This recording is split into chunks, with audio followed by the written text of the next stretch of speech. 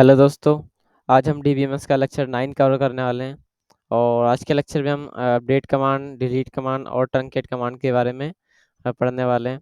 और उसके बाद हम जो डिलीट कमांड है हमारी, ट्रंकेट है और ड्रॉप, इन तीनों कमांड के बीच में डिफरेंस को हम समझने वाले हैं। तो चलिए शुरू करते हैं। तो दोस्तों सबसे पहले हमारे पास आ जाती है अपडेट कमांड। अपडेट कमांड का दोस्तों यूज़ हम डेटा अपडेशन के लिए करते हैं। तो अपडेट कमांड जो है बेसिकली डीएमएल कमांड होती है, यानी कि डेटा मैनिपुलेशन लैंग्वेज। तो इसका हम जो यूज़ करते हैं वो मैनिपुलेट करने के लिए करते हैं डेटा को। Update command is use to change the values of one or more attributes of existing records in the table.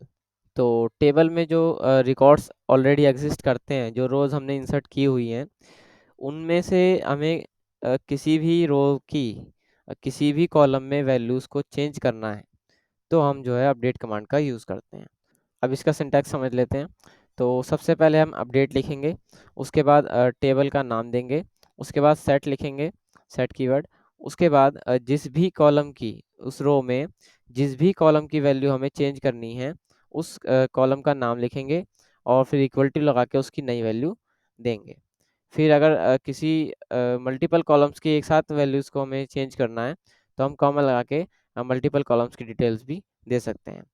उसके बाद हम वेयर क्लॉज लगाएंगे, वेयर कीवर्ड लिखेंगे। उसके बाद जिस भी कंडीशन में हमें अपडेशन करना है, डेटा मैनिपुलेट करना है, वो कंडीशन हम देंगे। जैसे कि मान लीजिए एक ईएमपी नाम की टेबल में एक रो में एक पर्सन की डिटेल है जिसकी ईआईडी 103 है। तो इसमें हमें क्या करना है, उस पर्सन की सिटी को चेंज करना है।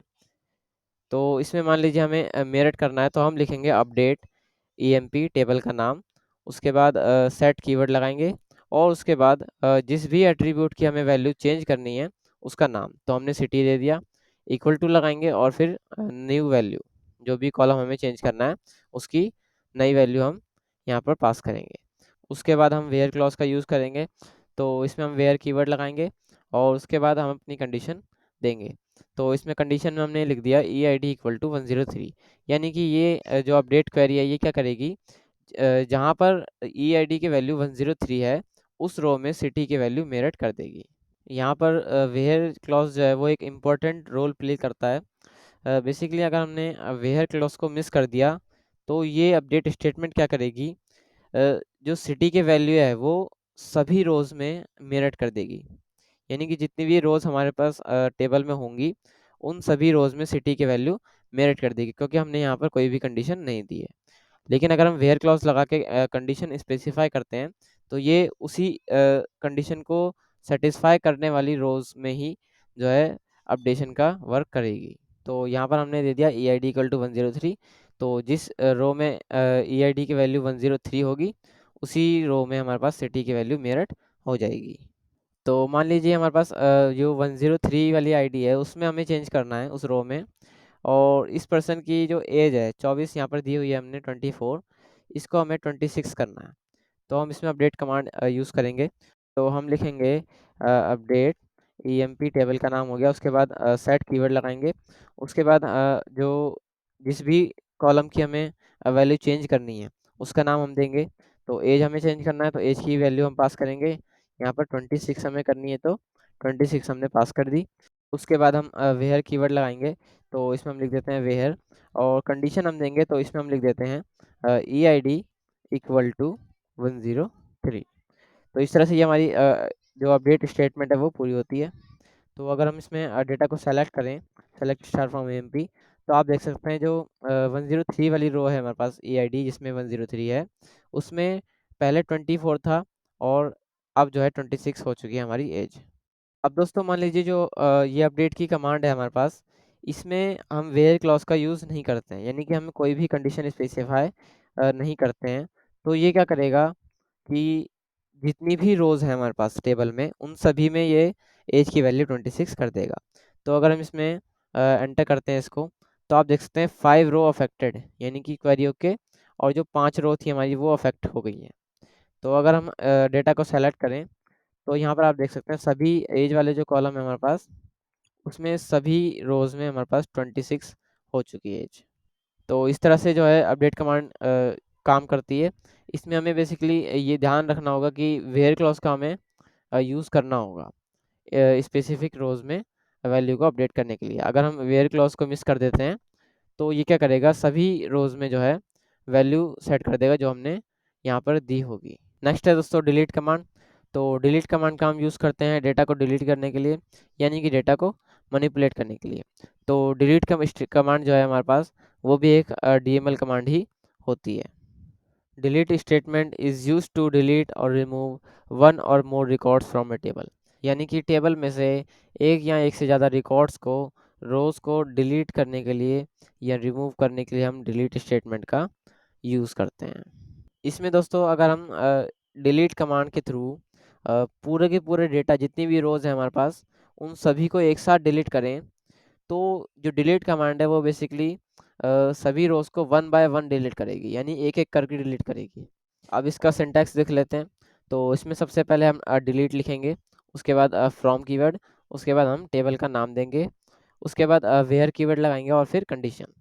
तो इस तरह से हम जो है डिलीट कमांड लिखते हैं। जैसे कि अगर हमें जो ईएमपी नाम की टेबल है हमारे पास, उसमें से जिस रो में ईआईडी की वैल्यू 103 है, उस रो को हमें डिलीट करना है। मान लीजिए वो पर्सन कंपनी छोड़ के चला गया या कुछ भी, तो उस रो को हमें अगर डिलीट करना है, तो हम डिलीट कमांड का यूज़ करेंगे और उसमें लिखेंगे डिलीट फ्रॉम, उसके बाद ये टेबल का नाम ईएमपी, उसके बाद वेयर कीवर्ड लगाएँगे और फिर कंडीशन। तो कंडीशन में हमने दे दिया ईआईडी इक्वल टू 103। तो ये क्या करेगा, जो रो है हमारे पास जिसमें ईआईडी की वैल्यू 103 है, उस रो को ये डिलीट कर देगी डिलीट कमांड। और अपडेट कमांड की तरह इसमें भी अगर हम वेयर क्लॉज़ को जो है मिस कर देते हैं, तो ये जो डिलीट कमांड है ये सभी रोज़ को डिलीट कर देगी, सभी रिकॉर्ड्स को डिलीट कर देगी, लेकिन वन बाय वन। तो जैसे मान लीजिए हमें 103 जो ईआईडी ये वाली रो है, इसको हमें डिलीट करना है टेबल से, तो हम डिलीट कमांड का यूज़ करेंगे और इसमें हम लिखेंगे delete from from EMP, table का नाम हो गया। उसके बाद हम कंडीशन देंगे डिलीट फ्रॉम ईएमपी, उसके बाद हम वेयर कीवर्ड लगाएंगे और ईआईडी इक्वल टू 103। इस तरह से हमने ये स्टेटमेंट लिख दी। अब हम इसको एग्जीक्यूट करेंगे, तो यहाँ पर आप देख सकते हैं टेबल में जो डेटा है उसमें से 103 वाली रो डिलीट हो चुकी है। अब दोस्तों अगर हम डिलीट कमांड में वेयर क्लॉज को मिस कर देते हैं, तो ये क्या करेगी, जितनी भी रोज़ है हमारे पास इस टेबल में उन सभी को डिलीट कर देगी। तो इससे पहले हमने जो है एक दूसरी टेबल बना ली है एम्प्लॉय के नाम से, जिसमें कि हमने सेम डेटा को रखा है इसी एम्प्लॉय वाली टेबल से। तो अब हम जो है डिलीट कमांड का यूज़ करते हैं और इसमें हम वेयर क्लॉज को मिस कर देंगे, यानी कि हटा देंगे। तो आप देख सकते हैं कि जो ईएमपी नाम की टेबल से हमने डेटा को सेलेक्ट किया, तो यहाँ पर एम्प्टी सेट आया। तो इस तरह से जो है डिलीट कमांड यूज़ होती है। नेक्स्ट है दोस्तों ट्रंकेट कमांड। तो ट्रंकेट कमांड जो है वो दोस्तों एक डिटेल कमांड होती है, डेटा डेफिनेशन लैंग्वेज। इसका भी जो यूज़ है हम वो डेटा को डिलीट करने के लिए ही करते हैं।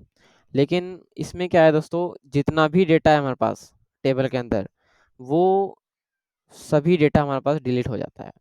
यानी कि हम इसमें से एक या दो रोज़ को डिलीट नहीं कर सकते इस ट्रंकेट कमांड से। It delete all rows at once, यानी कि एक साथ। तो इसमें बेसिकली जो डिलीट कमांड थी हमारे पास, उसमें अगर हम वेयर क्लॉज को मिस करके कंप्लीट डेटा को डिलीट करना चाहते हैं, तो वो जो डिलीट कमांड है वो सभी रोज़ को वन बाय वन डिलीट करती है। लेकिन जो ट्रंकेट कमांड है हमारे पास, वो पूरे कंप्लीट डेटा को, यानी कि सभी रोज़ को एक साथ ही डिलीट कर देती है। तो इसका सिंटैक्स जो है दोस्तों बेसिकली उसमें हम सबसे पहले ट्रंकेट लिखेंगे और फिर उसके बाद टेबल का नेम। तो ये क्या करेगा, जितना भी डेटा है हमारे पास उस सबको डिलीट कर देगा। जैसे कि हमने ईएमपी नाम के जो टेबल है उसमें से डेटा को डिलीट करना है, तो हम लिख देंगे ट्रंकेट ईएमपी। तो दोस्तों जैसे कि हम डिलीट कमांड से ईएमपी नाम की जो टेबल है उसका सभी डेटा डिलीट कर चुके हैं।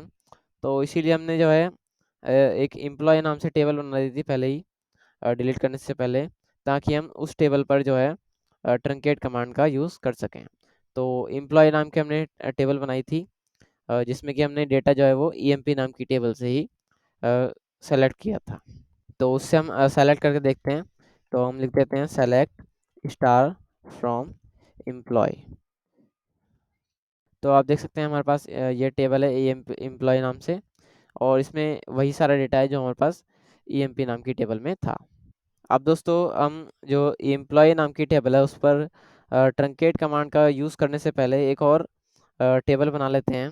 तो इसमें हम जो है क्रिएट कमांड का यूज़ करेंगे, और इसमें हम एम्प्लॉय लिख देते हैं। यहाँ पर एम्प्लॉय से हम जो है डेटा को सेलेक्ट करेंगे, और नई टेबल हमारे पास होगी एम्प्लॉय 1। तो इस तरह से हमने ये एक नई टेबल बना दी। इसको हमने क्यों बनाया है इसको मैं आपको आगे बताऊंगा। तो इसमें हम सबसे पहले एम्प्लॉय नाम की टेबल पर ट्रंकेट कमांड का यूज़ करते हैं। तो हम यहाँ पर लिखेंगे ट्रंकेट एम्प्लॉय। तो इस तरह से हमने लिख दिया। तो अब अगर हम एम्प्लॉय नाम की टेबल से डेटा को सेलेक्ट करें, तो यहाँ पर आप देख सकते हैं कि जो डेटा है वो डिलीट हो चुका है।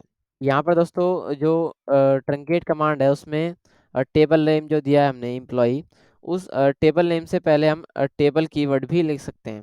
ये तब भी हमारे पास काम करेगी। तो इसमें हम जो है जो एम्प्लॉय 1 के नाम से हमने टेबल बनाई थी उसका यूज़ करते हैं। तो इसमें हम लिख देते हैं ट्रंकेट वाली कमांड का यूज़ करेंगे। तो इसमें हमारे पास ट्रंकेट ये रही। उसके बाद हम एम्प्लॉय जो टेबल का नाम हमने दिया था उससे पहले हम टेबल कीवर्ड का यूज़ करेंगे, और एम्प्लॉय तो हम डिलीट कर चुके हैं उसका डेटा। अब हम एम्प्लॉय 1 का यूज़ करेंगे और एंटर करते हैं। तो अब अगर हम डेटा को सेलेक्ट करें एम्प्लॉय 1 के नाम से, तो यहाँ पर हम एम्प्लॉय 1 कर देते हैं। तो आप देख सकते हैं यहाँ पर एम्प्टी सेट यानी कि डेटा डिलीट हो गया। तो इस तरह से जो है हम ट्रंकेट कमांड में टेबल कीवर्ड भी लगा सकते हैं, और विदाउट कीवर्ड भी हम यूज़ कर सकते हैं। अब दोस्तों हम डिलीट कमांड और ट्रंकेट कमांड और ड्रॉप कमांड, ये तीनों ही जो कमांड है वो बेसिकली डिलीट करने के लिए यूज़ की जाती हैं। तो इनके बीच में हम डिफरेंस को समझते हैं। तो दोस्तों इन तीनों के बीच में सबसे पहला डिफरेंस हमारे पास ये आता है कि जो डिलीट कमांड है वो हमारे पास डीएमएल कमांड होती है, यानी डेटा मैनिपुलेशन लैंग्वेज, और जो ट्रंकेट और ड्रॉप हैं ये दोनों डिटेल कमांड है, यानी डेटा डेफिनेशन लैंग्वेज।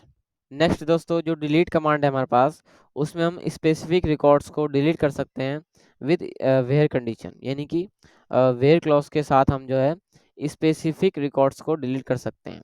लेकिन जो ट्रंकेट कमांड है इसमें हम स्पेसिफिक रिकॉर्ड्स को डिलीट नहीं कर सकते। इसमें जो ट्रंकेट कमांड है वो कंप्लीट डेटा को, यानी सभी रोज को जो है एक साथ डिलीट कर देती है। और दोस्तों जो ड्रॉप कमांड है वो बेसिकली डेटा पे काम ही नहीं करती टेबल के।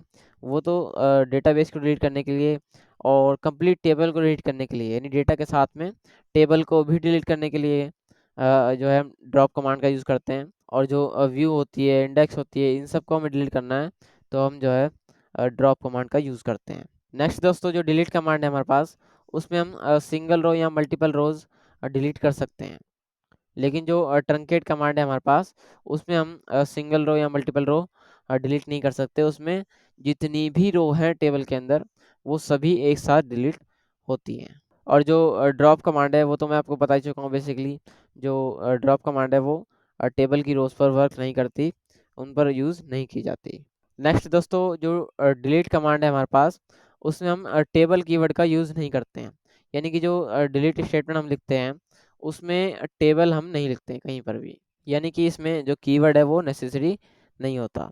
इसी तरह से जो ट्रंकेट कमांड है उसमें हमने देखा था कि जो टेबल कीवर्ड का हम यूज़ कर भी सकते हैं, और विदाउट कीवर्ड भी हम ट्रंकेट कमांड को यूज़ कर सकते हैं। तो सिंपली हम जो है ट्रंकेट ईएमपी यानी जो ट्रंकेट कमांड का यूज़ करते हैं तो उसमें हम सिंपली ट्रंकेट और फिर टेबल का नाम देते हैं। लेकिन जो ड्रॉप कमांड है हमारे पास, उसमें कीवर्ड देना नेसेसरी है।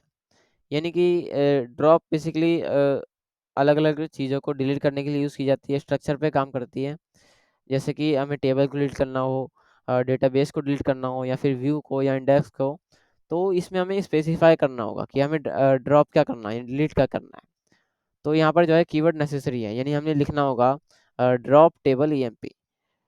क्योंकि अगर हम यहाँ पर टेबल नहीं लिखते हैं तो ये क्या समझेगा कि ये डिलीट क्या करना है। जो ईएमपी हमने दिया है यहाँ पर, ईएमपी जो नाम दिया है वो क्या है, टेबल है, डेटाबेस है, या व्यू है, या इंडेक्स है। तो इस तरह से हमें जो है यहाँ पर स्पेसिफाई करना होगा, यानी कीवर्ड हमें लिखना होगा। नेक्स्ट दोस्तों जो डिलीट कमांड है हमारे पास, वो रोल बैक हो सकती है। रोल बैक का मतलब क्या है दोस्तों, कि हमने किसी भी कमांड को चलाकर कुछ चेंजेस कर दिए डेटाबेस के अंदर, तो अगर हमें उन चेंजेस को वापस करना है तो हम रोल बैक कर सकते हैं। यानी कि जो चेंजेस हमने किए हैं उनको वापस करना ही रोल बैक है। तो रोल बैक की हम कमांड चला सकते हैं, और जो चेंजेस हमने किए हैं कमांड से, वो सारे चेंजेस हमारे पास वापस हो जाएंगे, यानी रोल बैक हो जाएंगे। तो जब हमने सब लैंग्वेजेस पढ़ी थी बेसिकली डीएमएल, डीडीएल और डीक्यूएल वगैरह, तो उसमें भी मैंने आपको बताया था कि जो डीएमएल कमांड होती हैं वो रोल बैक हो सकती हैं, और डीडीएल कमांड हमारे पास रोल बैक नहीं हो सकती। तो इसी तरह से जो है जो डिलीट कमांड है वो एक डीएमएल कमांड है, तो ये रोल बैक हो सकती है।